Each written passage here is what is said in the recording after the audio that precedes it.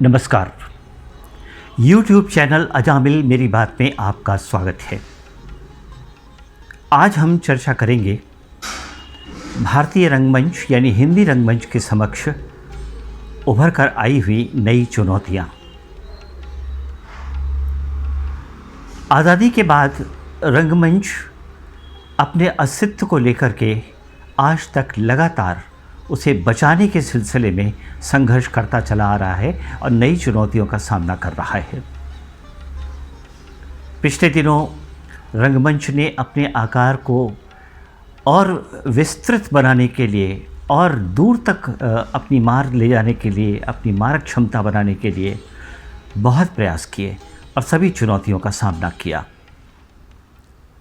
आज चुनौतियां बदल गई हैं। पिछले 3 महीने में रंग क्षेत्र में संस्कृति कर्मियों और रंगकर्मियों के बीच एक सन्नाटा छाया हुआ है और सभी लोग इस बात को लेकर के बहुत ज़्यादा चिंतित हैं कि आगे का रंगमंच कैसे किया जाएगा, उसके लिए क्या रास्ते निकाले जाएंगे और उसकी चुनौतियां क्या हैं। सबसे बड़ी चुनौती इस समय हमारे सामने है कि हम रंगकर्मी एक जगह पर एकत्र नहीं हो सकते।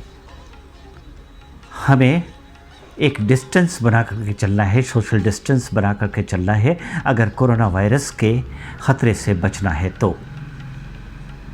इसके लिए बहुत आवश्यक है कि हम एक दूरी बनाकर चलें और जब हम दूरी बनाकर चलेंगे तो रंगमंच करना संभव नहीं होगा।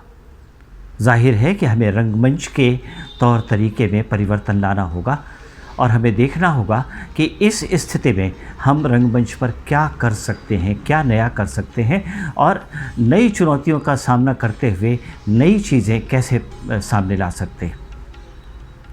हमारे इलाहाबाद के रंगमंच पर बहुत सारे प्रयोग हो रहे हैं। सभी रंगकर्मी, वरिष्ठ कनिष्ठ रंगकर्मी अपने अपने ढंग से सोशल मीडिया का ये जो बहुत बड़ा माध्यम है, फेसबुक और व्हाट्सएप, यूट्यूब, इन सब चीज़ों को इस्तेमाल करते हुए नए रास्ते की तलाश में लगे हुए हैं, नए नए प्रयोग कर रहे हैं। रंगकर्म हमेशा से प्रयोगधर्मी रहा है और जो रंगकर्म चुनौती का सामना नहीं करता और जो रंगकर्म प्रयोगधर्मी नहीं होता वो रंगकर्म नहीं हो सकता, वो कुछ और होगा। तो हमारे रंगकर्मी नई चुनौतियों का सामना करने के लिए तैयार हैं, अपने को तैयार कर रहे हैं। मुझे लगता है कि इस मुश्किल के दिनों में हम अपने समय को कैसे इस्तेमाल करें। पहली बात तो ये है कि मेरा सुझाव ये है कि सभी रंगकर्मियों को एक अवसर मिला है कि वो अच्छे से अच्छे आलेखों को, अच्छे से अच्छे नाटकों को पहले पढ़ें। पढ़ना बहुत ज़रूरी है।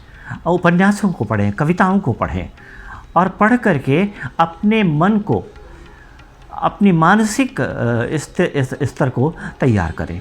ये बहुत ज़्यादा ज़रूरी है क्योंकि आम दिनों में जब हम रंगमंच कर रहे होते हैं तो हमें इसका समय नहीं मिल पाता है, हमें पढ़ने का समय नहीं मिल पाता। इसलिए ये समय जो मिला है इसे पढ़ने में इस्तेमाल किया जाना चाहिए। खूब पढ़ें। रंगकर्मी जितना अधिक पढ़ेंगे वो जीवन को उतना ही अधिक जान सकेंगे। और रंगकर्मी अगर ज़िंदगी को जानते नहीं हैं, उन्होंने करीब से उसे देखा नहीं है, तो ये उनके लिए बहुत मुश्किल होगा अच्छा रंगकर्म कर पाना। दूसरा, मुझे लगता है कि आप अपने टेप रिकॉर्डर पर, अपने मोबाइल पर किसी अच्छे आलेख को उठा लें और उसे ज़ोर ज़ोर से बोल कर पढ़ें। ये देखने में आता है कि हमारे हिंदी रंगमंच पर संवादों की अदायगी बहुत पुअर है। जैसे संवादकों की अदायगी की तरफ कोई काम ही नहीं होता। निर्देशक भी सब कुछ सिखाते हैं लेकिन संवादों की अदायगी बिल्कुल नहीं सिखाते।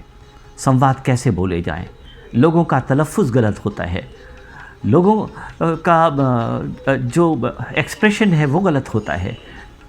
तो ये सारी चीज़ें जो हैं इनको संभालने के लिए बहुत आवश्यक है कि आप अपनी आवाज़ को बार बार रिकॉर्ड करें, ज़ोर से बोल करके किसी अच्छे आलेख को पढ़ें, नाटक को पढ़ें और उसके तमाम चरित्रों को बोल करके पढ़ें ताकि आपको संवादों की अदायगी के बारे में पता चले।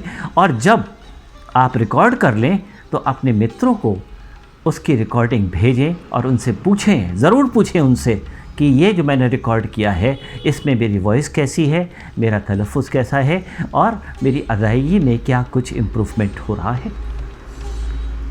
तीसरा काम मुझे लगता है कि जो कि बहुत ही ज़्यादा इम्पॉर्टेंट है, छोटी छोटी चीज़ों पर ध्यान देना चाहिए।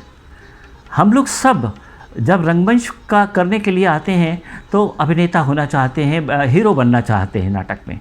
सारे लोग हीरो नहीं बन सकते। चरित्र अभिनेताओं को फिल्मों के ज़रिए भी देखना चाहिए, नाटकों के ज़रिए भी देखना चाहिए और चरित्रों को समझना चाहिए। ज़िंदगी को आप जितना समझेंगे चरित्र को उतना ही अधिक आप जी सकेंगे। एक वक्त और भी है, एक काम और हो सकता है कि आप किसी एक नई भाषा को बोलना सीखें। इस समय आप पंजाबी सीखें, गुजराती सीखें, मराठी सीखें, बंगाली सीखें, कोई एक भाषा, ये जो समय आपको मिला है इसमें आप सीख लें, उसको बोलना सीख लें। लिखना ना भी सीखें तो कोई बात नहीं, बोलना ज़रूर सीख लें। इससे आपको कभी नाटक में, कभी अन्य भाषा के किसी नाटक में आपको काम मिले तो आप सहर्ष उसे कर सकें, पूरे उसकी चुनौतियों का सामना कर सकें और उसमें बेहतर परफॉर्मेंस आप दे सकें। और अंतिम बात जो मैं कहना चाहता हूँ वो ये है कि मंच परे बहुत सारे काम हैं, उन्हें भी करना चाहिए, उन्हें सीखना चाहिए। मंच के क्राफ्ट को सीखना चाहिए, लाइटिंग को सीखना चाहिए और इसके अलावा मंच पर मेकअप एक बहुत बड़ी चीज़ है। हमारे इलाहाबाद के अंदर इतना बड़ा शहर है हमारे इलाहाबाद, और आप जानते हैं, आपको ताज्जुब होगा कि हमारे यहाँ 2 अच्छे मेकअप मैन भी नहीं हैं।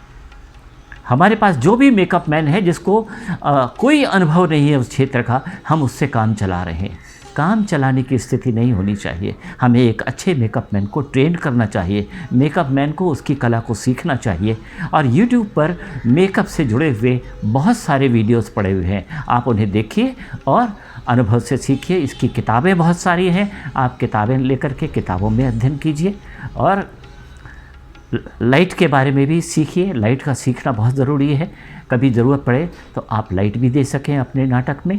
ये सारी चीज़ें देखने का ये समय है, ये सारी चुनौतियां हैं और ये देखना है कि हम रूम थिएटर के रूप में क्या कर सकते हैं। अपने घर में अपने परिवार के साथ छोटे छोटे नाटक खेलें, बच्चों के साथ खेलें, अपनी पत्नी को हीरोइन बनाएं, उनके साथ बन करके जो है, उनके साथ मिल करके एक छोटे से संवाद को जो है बोलें, उसको खेलें। ये इस तरीके से नाटक चलता रहेगा और रूम थिएटर का जो मज़ा है वो आने लगेगा, आपको बहुत अच्छा लगेगा। ये समय बर्बाद नहीं होना चाहिए। इसमें जो चुनौतियां हैं इसमें हमें अपनी तैयारी करना चाहिए आगामी रंगमंच के लिए। नमस्कार।